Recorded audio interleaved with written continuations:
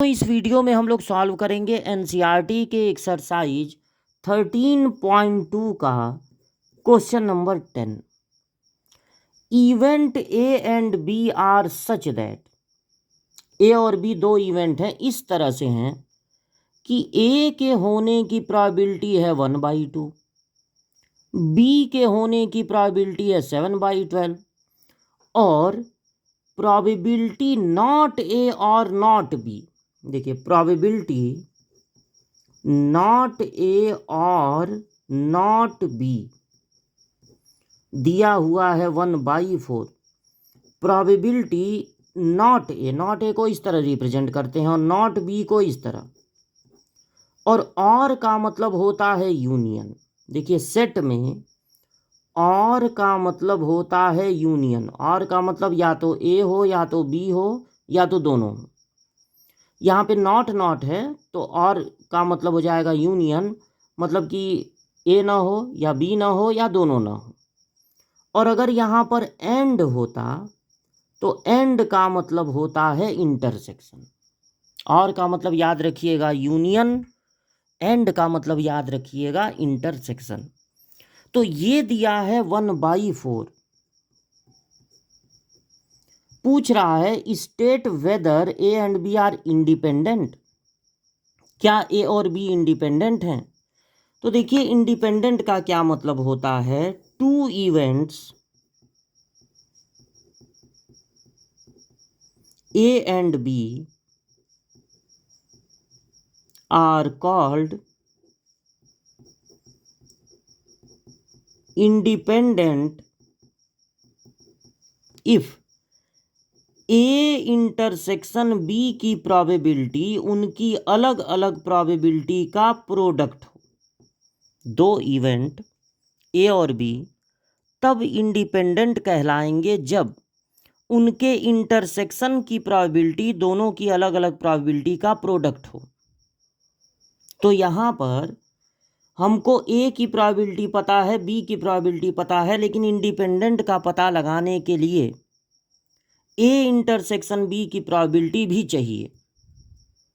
तो क्या आप जानते हैं कि A not union B not क्या होता है? शायद नहीं जानते हो या कोई फार्मूला याद किए हो, लेकिन हम लोग यहाँ पर फार्मूला याद नहीं करेंगे, फार्मूला बनाएंगे। तो देखिए ए और बी दो जो है सर्कल ड्रॉ करेंगे, इसका एक वेन डायग्राम बनाएंगे। ए हो गया, बी हो गया। अभी तो नहीं पता है कि ये इंडिपेंडेंट है, मतलब एक साथ नहीं हो सकते, वरना इनको दूर दूर बनाते। हम एक जनरल फार्मूला बना रहे हैं जो हर जगह काम आए। तो ये मान लीजिए ए है और ये बी है। अब ए नॉट का मतलब है ए को छुपा के बाकी सब। तो मान लीजिए हम ए नॉट को रिप्रेजेंट कर रहे हैं, ये बाहर वाला है टिक से, और ये भी है ए नॉट में। और बी नॉट का मतलब हो गया बी को छुपा के बाकी सब।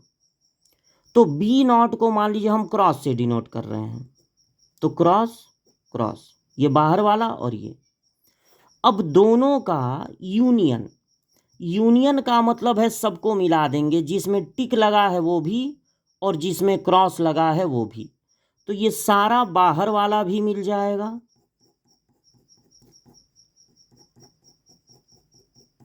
और ए और बी का इतना पार्ट भी मिल जाएगा। बस ये बच जाएगा क्योंकि यहाँ न तो टिक है न तो क्रॉस है। यूनियन का मतलब होता है सबको मिला के शेडेड कर देना है। जहाँ सिर्फ टिक है वो भी, जहाँ सिर्फ क्रॉस है वो भी, जहाँ टिक और क्रॉस है वो भी। तो इसको देखकर आपको क्या पता चल रहा है कि ये जो शेडेड रीजन है वो हमको कैसे मिलेगा? अगर हम पूरे में से 100% में से ये जो शेडेड रीजन है वो बता रहा है probability A not union B not. तो ये क्या है? पूरे में से, पूरे का मतलब हो गया 100%, मतलब 1 में से क्या माइनस कर दिया जाए, ये क्या होता है? ए और बी का कॉमन एरिया है ये, यानी ए इंटरसेक्शन बी है, प्रोबेबिलिटी ए इंटरसेक्शन बी। अगर पूरे में से ए इंटरसेक्शन बी को माइनस कर दिया जाए तब ये पूरा मिल जाएगा। यानी ये जो आपका दिया हुआ है 1/4 वो इक्वल टू होगा 1 minus probability A intersection B.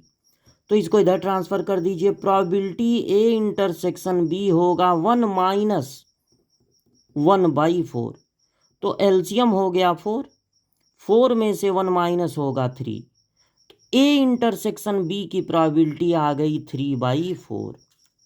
अब ये पता लगाने के लिए कि ये इवेंट इंडिपेंडेंट है कि नहीं, एक साइड में हम लोग पता लगाएंगे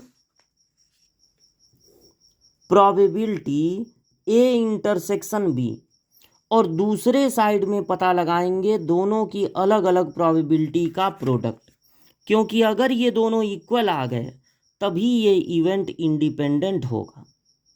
तो इंटरसेक्शन की प्रोबेबिलिटी तो निकली हुई है 3/4 और ए की प्रोबेबिलिटी दिया है 1/2, बी की प्रोबेबिलिटी क्वेश्चन में दिया है 7/12, कोई किसी से कैंसिल होने वाला है ही नहीं, तो 7/24 अलग अलग आ रहा है। इसका मतलब जवाब हो जाएगा नहीं, no, A and B are not independent. अगर ये दोनों इक्वल आ गया होता तब ए और बी इंडिपेंडेंट होते। तो आप ये डायरेक्ट याद भी कर सकते हैं कि A not union B not का फार्मूला होता है 1 minus probability A intersection B. लेकिन कितने फार्मूले आखिर याद करेंगे? तो इस तरह की अगर कोई भी चीज़ मिलती है तो आप वेन डायग्राम बना के इसको समझ सकते हैं। एक बार और अगर आप वेन डायग्राम समझना चाहें तो समझा दें। ए नॉट यूनियन बी नॉट का मतलब देखिए, सबसे पहले आप एक वेन डायग्राम बनाइए ए और बी के लिए। मान लीजिए ये ए है, ये बी है, तो ए नॉट का मतलब ए को छोड़ के बाकी सब, तो ये बाहर वाला और ये, और बी नॉट का मतलब बी को छोड़ के बाकी सब, तो बी नॉट को क्रॉस से डिनोट करिए, तो ये होगा और ये होगा। अब दोनों का यूनियन मतलब दोनों को मिला के, जहाँ टिक है वो भी, जहाँ क्रॉस है वो भी, तो टिक केवल क्रॉस और टिक क्रॉस दोनों को मिला के, तो केवल क्या बच जा रहा है? A intersection B.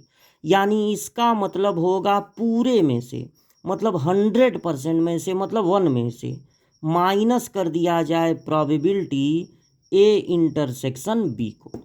तो यही इसका फार्मूला है। इसकी वैल्यू दिया था 1/4, तो ए इंटरसेक्शन बी की प्रोबेबिलिटी निकल गई है 3/4।